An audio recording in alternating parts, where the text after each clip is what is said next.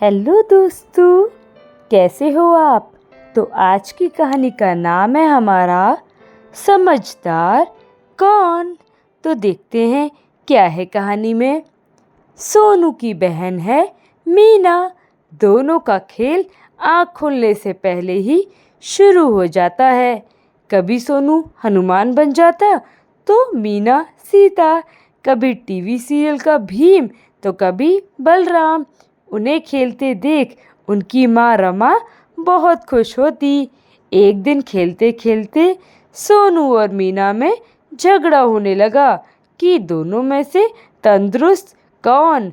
दोनों ही अपने आप को तगड़ा कहकर लड़ रहे थे। सोनू ने अपना पेट बाहर निकालते हुए कहा, मैं मीना से ज्यादा तगड़ा हूँ।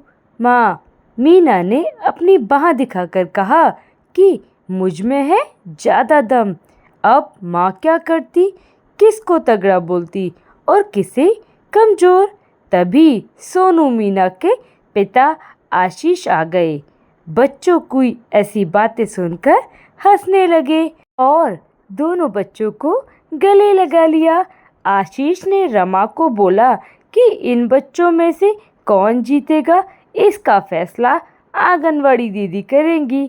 फिर आशीष ने रमा को बताया कि दूसरे गांव में चल रहे कार्यक्रम के दौरान उसे पता चला है कि बच्चों का वजन पहले 3 साल हर महीने और फिर 5 साल हर 3 महीने में एक बार करवाना चाहिए। यह वजन जब बच्चे के ग्रोथ चार्ट पर चिन्हित किया जाता है तभी बच्चे के विकास का पता चलता है।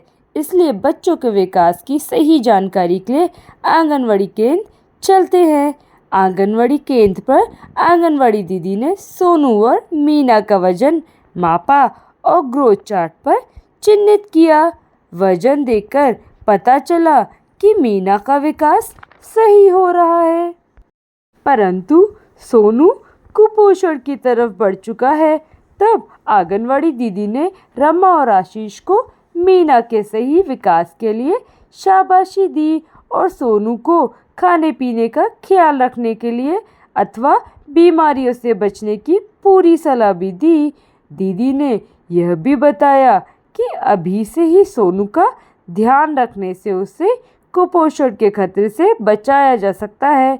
रमा और आशीष ने आंगनवाड़ी दीदी से वादा किया कि वह दोनों बच्चों का ध्यान रखेंगे और नियमित रूप से वजन करवाएंगे। इसीलिए आपको भी कभी भी अपना वजन नपवाना हो तो टाइम टू टाइम अपने आंगनवाड़ी केंद्र में जाकर वजन का मापन करवाएं, जिससे पता चल जाएगा कि आपकी सही ग्रोथ हो रही है या फिर नहीं। तो ये बताओ अब हमें जल्दी से आपको कैसी लगी ये कहानी। इस कहानी से हमें कितनी सारी चीज़ें जानने को मिली ना। तो आपको भी ऐसे ही नई नई कहानियाँ सुननी चाहिए। तो चलो अब हम मिलते हैं अगली नई कहानी में। Bye bye.